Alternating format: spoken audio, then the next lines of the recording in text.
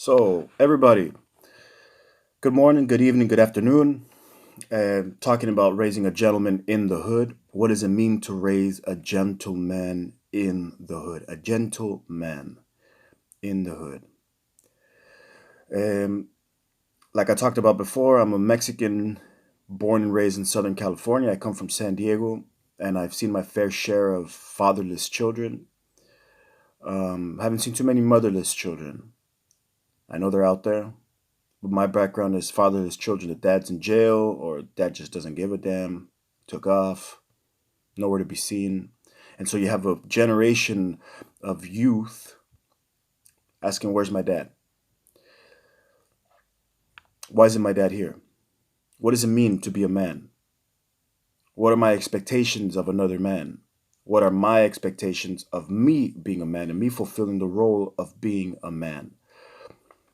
A lot of times we think that being a man means being the big, strong, mm, big muscles, big cars, big money, being in charge, knowing everything and having to know everything, and always having this serious face and not allowing a little bit of vulnerability to come out through a smile, or thinking that a smile also means weakness, which is not the case.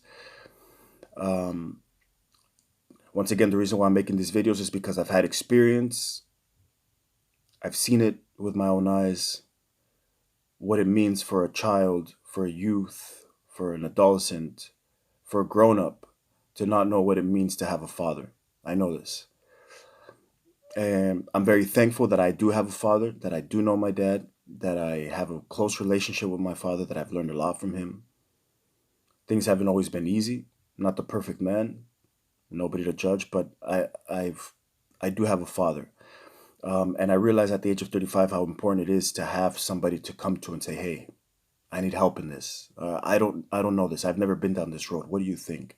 And that's really what I'm trying to put myself out there for the young people who need help, who need some guidance.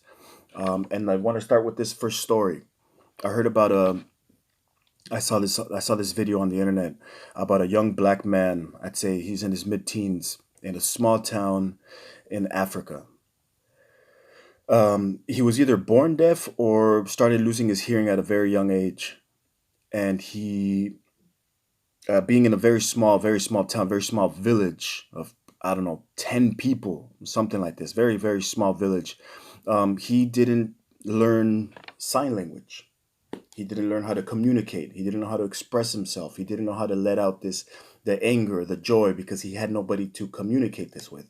And so his language with his communication with his father, for example, was so primitive that if his dad wanted him to go cut a tree, it was you tree, cut it down. I mean, it was completely primitive.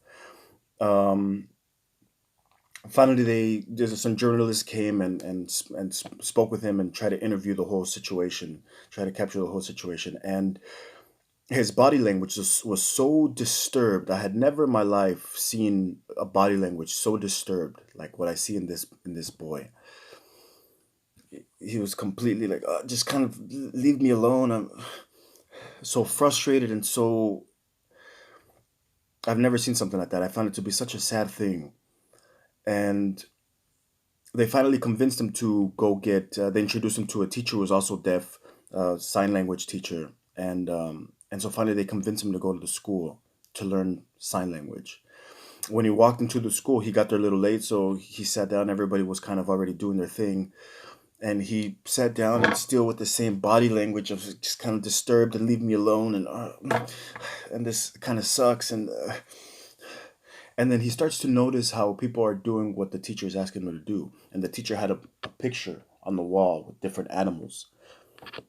And he would point to one animal, he'd point to the cow, and he said, "This is the cow." And he went from this body language to all of a sudden paying attention to what everybody else was doing. And then little by little, he began to do it. And little by little, he began to smile. And then he goes to the front of the class and he learned how to do his own name. And this boy had a smile on his face because he now had a voice. This is my most important message, I think, of all this whole series that I'm going to do. How long this series is going to be, I don't know, but I'm going to be talking about important topics, and I hope that I have your patience in this. I hope that you can make the time to just to support and to listen, to grow and to learn. And and so he began to smile. He knew how to do his name, and he now had an identity. He now had a voice. He now had an opinion. And so he began to smile. And I want you to remember this for the rest of your life, that you are that black boy, that I am that black boy, that my voice, my opinion is important, that your voice is important, your opinion is important. How difficult of a situation, or how crappy of a situation would it be if we were in a team meeting? Okay, we all work together, we're in a team meeting, and then you start to speak, and then the boss says, hey, yeah, but your opinion isn't important. Keep your mouth shut, stay quiet. That would be so degrading and so humiliating, because it means that everything that you find important at this moment is not important. Nobody cares. So please be quiet. And that's why it's such a catastrophe. That's why it's such an injustice in the world when I'm telling you your voice doesn't matter. Your opinion doesn't matter. My opinion is more important than yours. My right to live is more important than yours. And from now on, I ask you, I beg you, I demand that you, from now on, don't allow that to happen in your life. That you remember that your voice is important, that your opinion is important. What you think of life is important. Your happiness isn't your happiness is important. Yours.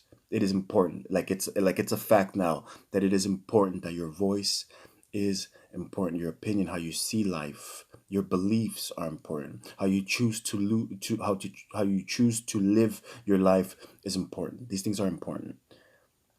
And so this is my message, that you are important, and that we're going to concentrate on you, on your growth, on your goals, on your ambition, on who you are, like where you are right now at this moment. You might not like it too much. You might not be doing much with it. You might not be doing much with everything that you have, but we're going to get there. But the first thing you need to realize is that you are important, that your opinion is important, that your way of seeing life is important. And I'm emphasizing here that it is important, that you have an opinion, that you have a voice, that you got to speak it out. Okay? So this is my first message. God bless you guys. If there's anything that I can do, I need some criticism. I need some feedback. I'm here for the world. I'm here for humanity. That's my purpose on this planet. That's what I'm here to do, is to serve people. So if there's anything that I can do for you, you are not alone. If you're afraid, if you're going through anxiety, I'm going to talk about that. I'm going to talk about anxiety. I'm going to talk about nervousness. I'm going to talk about panic attacks. I'm going to talk about insecurities. I'm going to talk about a lot of things that I went through in my life, things that I've been learning, that I've been studying about.